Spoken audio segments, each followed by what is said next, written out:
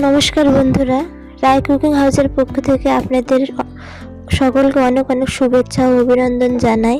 তো বন্ধুরা, এই শীতে আমি গোলাপ পিঠা তৈরি করব। আর এই রেসিপিটা তৈরি করতেও খুব সহজভাবে করা যায় এবং রান্না করে খেতে এগুলো খুব মজা লাগে। তো বন্ধুরা, চলুন এই রেসিপিটা শুরু করা যাক। প্রথমে জল দিয়ে জলগুলো একটু ভালোভাবে ফুটিয়ে নিতে হবে যাতে জলের মধ্যে বলকটা ওঠে। তারপরে জলের মধ্যে আটাগুলো একটু ছিটিয়ে ছিটিয়ে দিতে হবে, একখানে দেওয়া যাবে না। আটা দেওয়ার পরে একটু ঘাটিয়ে ঘেটে তারপরে আবার আটা দিতে হবে। একবারে ঢেলে দিয়ে দিলে হবে না, তাহলে দেখা যাবে যে নিচেরগুলো দলা বেঁধে যাবে আর উপরেরগুলো ভালোভাবে ডো তৈরি হবে না। এরপর একটু চুলার আঁচটা কমিয়ে দিয়ে চামচের সাহায্যে আটাগুলো জলের সাথে মিক্স করে নিতে হবে।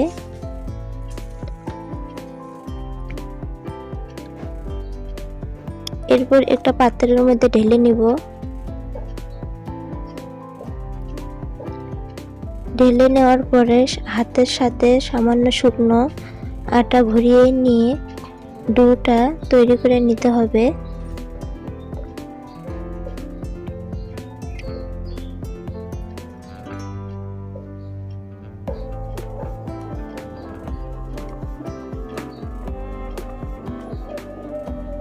ডোটা তৈরি করার সময় আটাগুলোকে ভালোভাবে খামচিয়ে খামচিয়ে একখানে করে মাখিয়ে নিয়ে এইভাবে নরম করে ডোটা তৈরি করে নিতে হবে। এরপর একটা হটপটের মধ্যে শুকনা আটা ছিটিয়ে দিয়ে ওর মধ্যে ডোটা রেখে দেব যাতে ডোটা ঠান্ডা হয়ে না আসে আর উপর থেকে যাতে শুকিয়ে না যায়। আমরা হটপটের বদলে একটা ভেজা তেনা দিয়েও মুড়িয়ে রাখতে পারি। তো বন্ধুরা, হটপটটা ব্যবহার করলে ভালো হয়।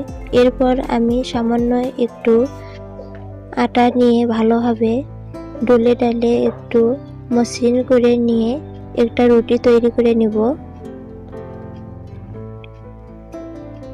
বেশ বড় করে একটা রুটি তৈরি করে নিব।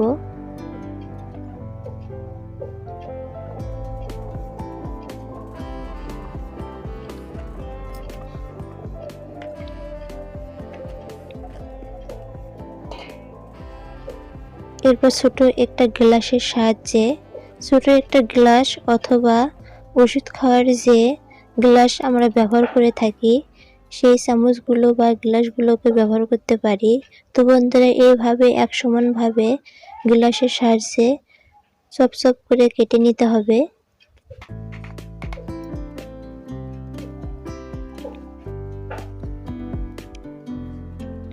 এইভাবে আমি সবগুলো কেটে নিয়েছি চাক চাক করে। এরপর একটা ছোট বল বানিয়ে নিব।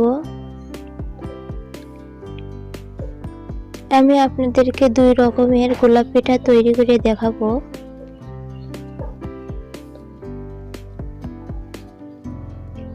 এরপর দুটো দিয়ে দিব, দুটোর উপরে একটা বল দিব, বলের উপরে আরো একটা দিয়ে দিব।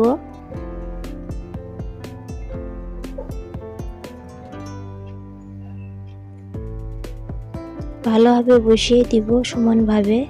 দেওয়ার পরে একটা চাকুর সাহায্যে চারদিক কেটে নিব।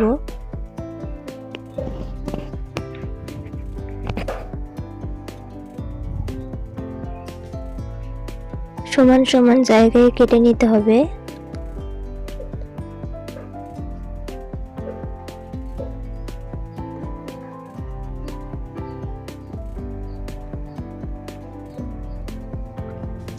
এরপর আমি গোলাপ পিঠার ভাঁজটা দিয়ে দিব।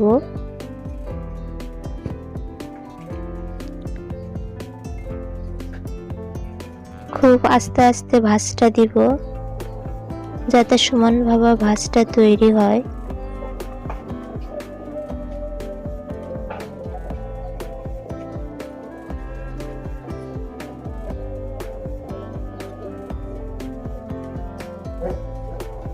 এভাবে ভাঁজ দেওয়ার সময় যদি লাগতে না চায় তার বদলে আমরা জল ব্যবহার করতে পারি।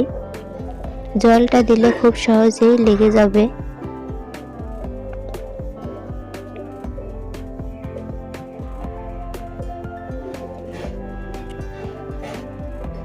এরপর একের পর এক ভাঁজটা দিয়ে দেব।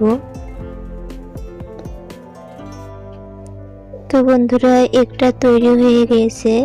আমি আপনাদেরকে আরো একটা তৈরি করে দেখাবো।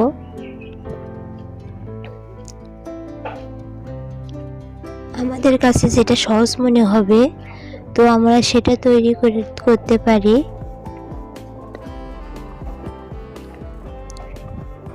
তো বন্ধুরা, আমি আবার যে ভাবে দেখাতে চাচ্ছি এটা আরো সহজ, আর এটা একসাথে দুইটা তৈরি করা যাবে।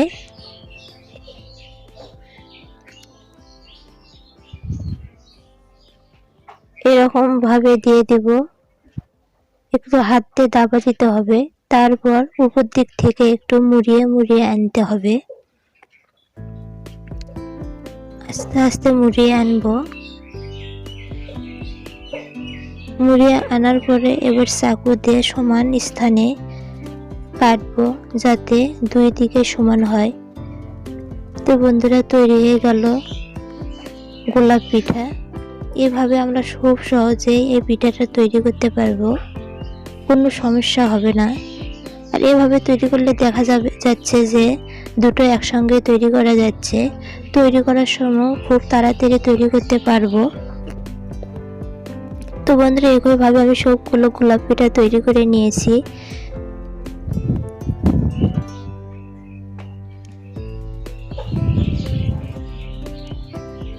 এরপর দুধ দিয়ে দেব। দুধ একটু হালকা জাল দিয়ে নেব। জাল দিয়ে নেওয়ার পরে দিয়ে দেব কিশমিশ, চিনিটা আমরা যেটুকু মিষ্টি খেতে ভালোবাসি ততটুকুই দিয়ে দেব। এরপর চিনিটা গলা অবধি নাড়াচাড়া করব।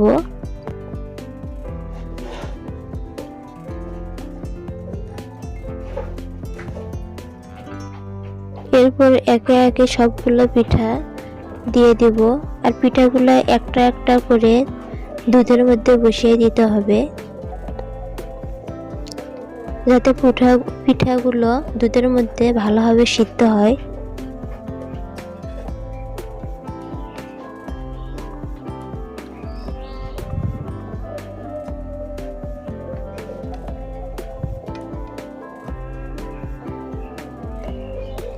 এভাবে একটু চামচ দিয়ে উল্টে উল্টে দিতে হবে যাতে উপর দিক থেকেও একটু ভালোভাবে সিদ্ধ হয়, তাছাড়া পিঠাটা কাঁচা কাঁচা লাগবে।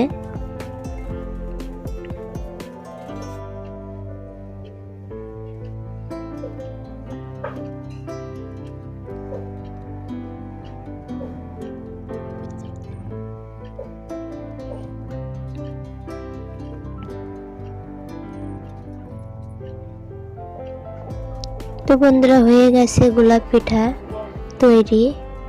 এরপর আমি একটা পাত্রের মধ্যে ঢেলে নিব। তো বন্ধুরা, এভাবে খুব সহজে এই রেসিপিটা তৈরি করতে পারবো, আর খেতেও খুব মজা লাগবে।